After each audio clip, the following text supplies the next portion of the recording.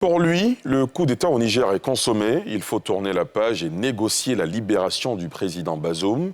C'est la position du président du PPACI, position affirmée aujourd'hui par l'ex-président ivoirien Laurent Gbagbo face à la presse. Il s'est aussi prononcé sur son avenir politique, l'alliance PDCI-RDA-PPACI et les enjeux des élections locales à venir. On fait le point avec Mardoché Kwasi et Joseph Zécré. Il était un peu plus de 11 heures quand le président du PPACI a fait son entrée dans la salle qui a servi de cadre à cette rencontre d'échange avec la presse.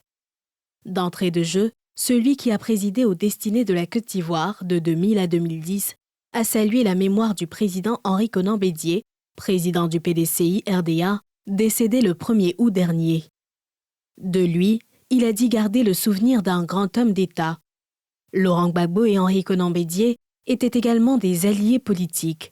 Sur l'avenir de cette alliance après le décès du Sphinx de Daoukro, le président du PPACI s'est voulu optimiste. Après les funérailles, après tout ça, les deux parties vont rediscuter pour faire le point et puis, j'espère, continuer leur marche en avant.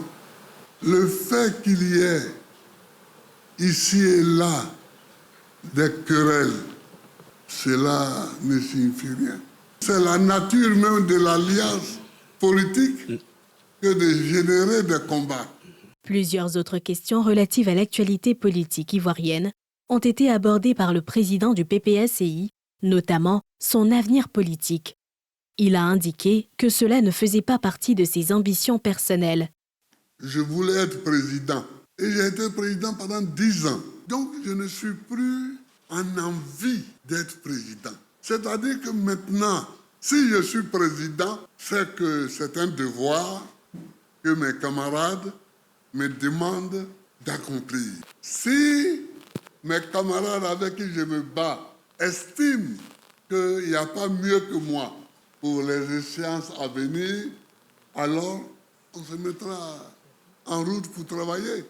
Avant de prendre congé des journalistes, le président Laurent Gbagbo a invité les candidats du PPACI et ceux du PDCI-RDA à se battre jusqu'au bout pour sortir vainqueurs des prochaines élections locales prévues le 2 septembre prochain.